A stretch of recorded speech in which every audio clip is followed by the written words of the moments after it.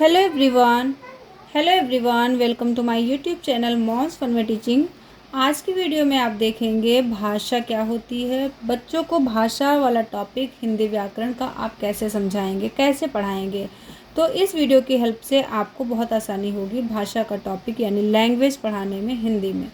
तो आइए वीडियो को स्टार्ट करते हैं। वीडियो स्टार्ट करने से पहले आपने चैनल को सब्सक्राइब नहीं किया है तो प्लीज़ चैनल को ज़रूर सब्सक्राइब कर ले, साथ ही बेल आइकन को प्रेस करना ना भूलें, जिससे कि मेरे आने वाली हर एक नई वीडियोज़ की नोटिफिकेशन आपको मिल सके। मेरे चैनल पे आपको इस तरीके से छोटे बच्चों से रिलेटेड जो है वीडियोज़ मिलती रहती हैं। सो प्लीज़ आप चैनल को ज़रूर सब्सक्राइब करें। तो देखिए भाषा होती क्या है। जैसे हम आपको पढ़ा रहे हैं, ठीक है, तो हम आपको कैसे पढ़ाते हैं, लिख के पढ़ाते हैं और बोल के पढ़ाते हैं, ठीक है। और अपनी बात को दूसरों तक पहुंचाने के लिए हम कौन कौन से ऑप्शन चूज़ करते हैं। हम लिखते हैं, हम बोलते हैं। कुछ लोग ऐसे होते हैं जो मूक होते हैं, बहरे होते हैं, गूंगे होते हैं। वो कैसे करते हैं, संकेत के द्वारा अपनी बात को दूसरों तक पहुंचाते हैं। तो वो क्या होता है, संकेत के द्वारा हम अपनी बात को दूसरों तक पहुंचा रहे हैं। यानी एक तरीके से क्या हम कह सकते हैं, भाषा क्या होती है, जिस साधन के द्वारा हम अपनी बात को बोलकर या लिखकर दूसरों तक पहुंचाते हैं, उसे भाषा कहते हैं। ठीक है, भाषा किसे कहते हैं, जिस साधन के द्वारा हम अपनी बात को बोलकर या लिखकर दूसरों तक पहुंचाते हैं, उसे भाषा कहते हैं। भाषा के रूप कितने होते हैं, भाषा के जो है 3 रूप होते हैं। पहला होता है मौखिक भाषा, दूसरा होता है लिखित भाषा और तीसरा होता है सांकेतिक भाषा। लेकिन हिंदी व्याकरण में सिर्फ 2 ही भाषाएं, 2 ही रूप भाषा के पढ़े जाते हैं। वो कौन से रूप हैं, मौखिक भाषा और लिखित भाषा। सांकेतिक भाषा का प्रयोग हिंदी व्याकरण में नहीं होता है। ठीक है, अब हम लोग देखते हैं कि मौखिक भाषा क्या होती है। देखिए यहाँ पे चित्र के माध्यम से भी समझाया गया है। यहाँ पे दादाजी हैं और दादाजी का ये है पोता। ठीक है, तो दादाजी इस पिक्चर में क्या कर रहे हैं, समाचार पत्र पढ़ रहे हैं। जैसा कि नीचे लिखा हुआ है, दादाजी समाचार पत्र पढ़ रहे हैं। यहाँ पे इस पिक्चर में क्या है, बच्चे हिंदी में कुछ लिखित कार्य कर रहे हैं। तो यहाँ पे क्या हो रहा है, बोल कर पढ़ रहे हैं, यहाँ पे लिख कर किसी भी चीज़ को समझ रहे हैं बच्चे। ठीक है, तो यानी मौखिक भाषा क्या होती है, बोल कर, ये क्या है, दादाजी समाचार पत्र पढ़ रहे हैं। तो ये किसका उदाहरण है, मौखिक भाषा का उदाहरण है।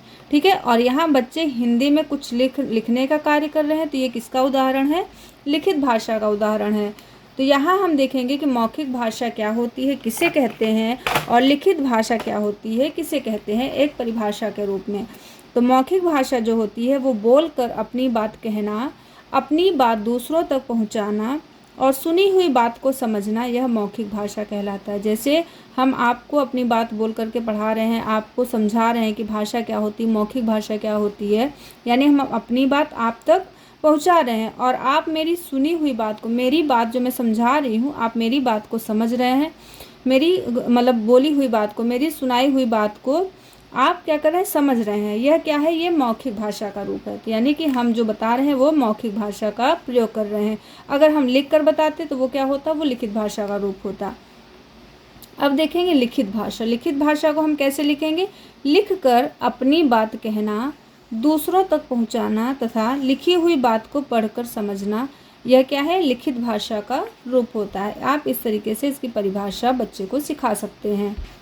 तीसरा है सांकेतिक भाषा। सांकेतिक भाषा क्या होती है, संकेत के द्वारा जब हम अपनी बात को दूसरों तक पहुंचाते हैं। देखिए ये ट्रैफिक पुलिस है, यहाँ पे क्या है, यहाँ पे बसें हैं, गाड़ियाँ हैं, कार हैं, जो भी हैं। ठीक है, तो ये इशारे के थ्रू बता रहा है कि अगर रेड लाइट जलती है तो क्या करना है, रुक जाना है। तो ये सब क्या है, संकेत हैं। ठीक है, इसमें सांकेतिक भाषा का यूज़ किया जाता है। तो इसको हम किस तरीके से समझा सकते हैं कि जब हम अपनी बात को ना तो बोल कर कहते हैं, ना तो लिख कर कहते हैं, यानी ना तो भाषा, ऐसी भाषा जो ना तो मुख से बोली जाती है और ना लिखी जाती है, यह केवल संकेत के द्वारा दूसरों तक पहुंचाई जाती है, वह भाषा जो है वो सांकेतिक भाषा का रूप होता है। व्याकरण के अंतर्गत जो है सांकेतिक भाषा का यूज़ या प्रयोग नहीं किया जाता है। अब देखिए ये हो गया सांकेतिक भाषा, मौखिक भाषा और लिखित भाषा। कुछ प्रचलित भाषाएं भी हैं। देखिए संसार में बहुत सी भाषाएं बोली और लिखी जाती हैं।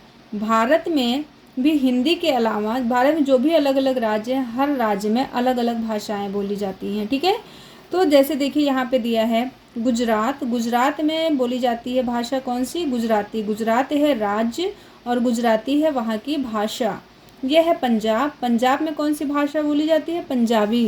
केरल में मलयालम बोली जाती है, बंगाल में बंगला बोली जाती है। ठीक है, ये है इधर के राज्य और ये इधर की इनकी भाषाएं हैं। यहाँ पे देखिए येलो कलर के बॉक्स में क्या लिखा है? गुजराती, पंजाबी, मलयालम एवं बंगला आदि भारत में बोली जाने वाली कुछ भाषाएं हैं। अगर भाषाएं पूछने की भारत में कौन कौन सी कुछ भाषाएं हैं, किन्हीं 4 भाषाओं के नाम बताइए, तो आप क्या बताएंगे? गुजराती, पंजाबी, मलयालम, बंगला।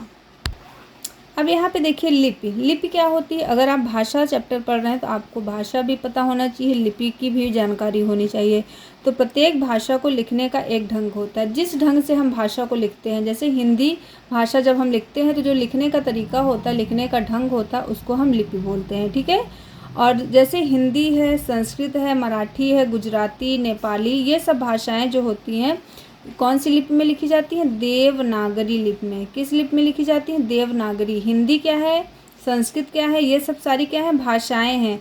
लेकिन जो लिखने का तरीका है, ये जो लिखने का तरीका है ये क्या है? ये लिपि होती है। और ये लिपि जो होती है इन 5 भाषाओं की, वो होती है देवनागरी लिपि।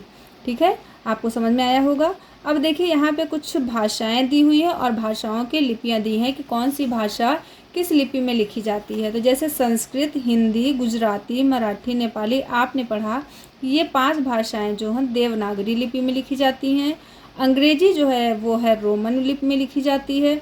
उर्दू जो है वो फारसी लिपि में लिखी जाती है। पंजाबी गुरमुखी लिपि में लिखी जाती है और बंगला जो है बांग्ला लिपि में लिखी जाती है। ठीक है, और एक चीज़ और आप जान लीजिए कि पूरे राष्ट्र में जो भाषा बोली जाती है उसको हम राष्ट्रभाषा कहते हैं। अगर पूछा जाए कि राष्ट्रभाषा क्या है, राष्ट्रभाषा किसे कहते हैं, कि ऐसी भाषा जो पूरे राष्ट्र में बोली जाती है वो होती है राष्ट्रभाषा। ठीक है, और 14 सितंबर को जो है हिंदी दिवस मनाया जाता है। 14 सितंबर को क्या मनाया जाता है? हिंदी दिवस मनाया जाता है।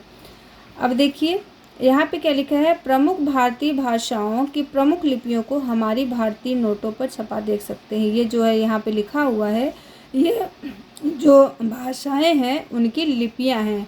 वो लिखने, हर एक भाषा की अलग अलग लिपि होती है, तो हर भाषा अलग अलग लिपियों में लिखी गई है। नोट पे आप इसको देख सकते हैं। तो इस पाठ में आपने क्या क्या देखा, यहाँ पे संक्षेप में देखिए। हम अपने विचारों को एक दूसरे तक पहुँचाने के लिए किसका प्रयोग करते हैं? भाषा का प्रयोग करते हैं। और हमने पढ़ा कि भाषा के 3 रूप होते हैं, मौखिक भाषा होती है, लिखित भाषा होती है और सांकेतिक भाषा होती है।